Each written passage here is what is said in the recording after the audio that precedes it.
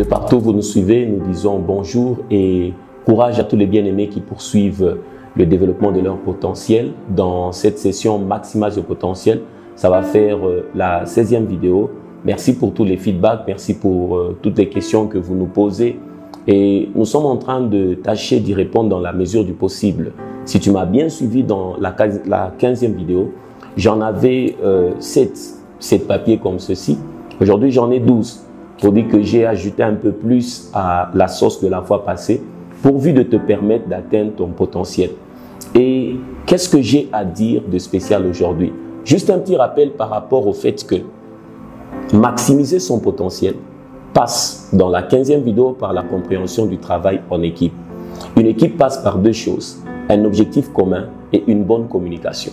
Lorsque tu t'entoures des personnes qui peuvent t'aider à avancer dans le développement de ton potentiel, c'est-à-dire que tu as mis sur pied la compréhension de ces deux choses, un objectif commun et une bonne communication. Par exemple, lorsque les gens se retrouvent à l'arrêt de bus, ils attendent tous un même véhicule ou bien plusieurs autres véhicules, mais ils ne sont pas encore une équipe.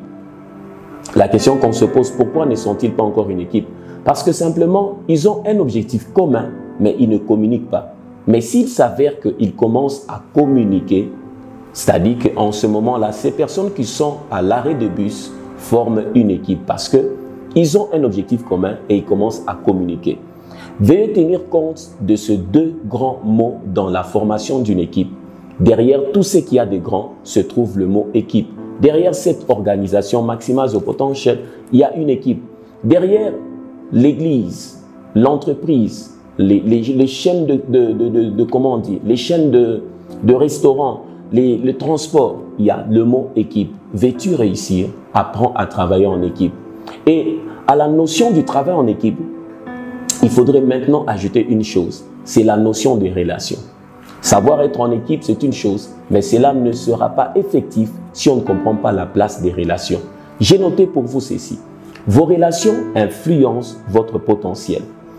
Quoi que vous entreprenez sur la terre, je dis bien, quoi que ce soit que vous entreprenez, que ce soit une carrière politique, une carrière musicale, que ce soit la poursuite des affaires, que ce soit un mariage, que ce soit les études, quoi que vous entreprenez sur la terre, vous devez faire des choix. Et ces choix, vous devez vous mettre en tête une chose, ces choix vont conditionner votre existence. Je reprends. Quoi que vous entreprenez sur la terre, vous serez obligé de faire des choix et ces choix vont influencer ou vont déterminer votre vie. Et l'un des grands choix dans la vie de toute personne qui reconnaît avoir un potentiel vrai dans un certain domaine, c'est le choix des relations. Avec qui vais-je avancer dans le bateau du développement de mon potentiel? Un conseil que je donne est le suivant. Entourez-vous des personnes qui rehaussent votre valeur et des personnes qui vous encouragent. Entourez-vous des personnes qui rehaussent votre valeur et des personnes qui vous encouragent. Les gens peuvent généralement lier succès et échec au mot relation. Tu vas te rendre compte que tous les succès de ta vie sont ramifiés à une relation et tous les échecs de ta vie sont aussi ramifiés à une relation. C'est indissociable.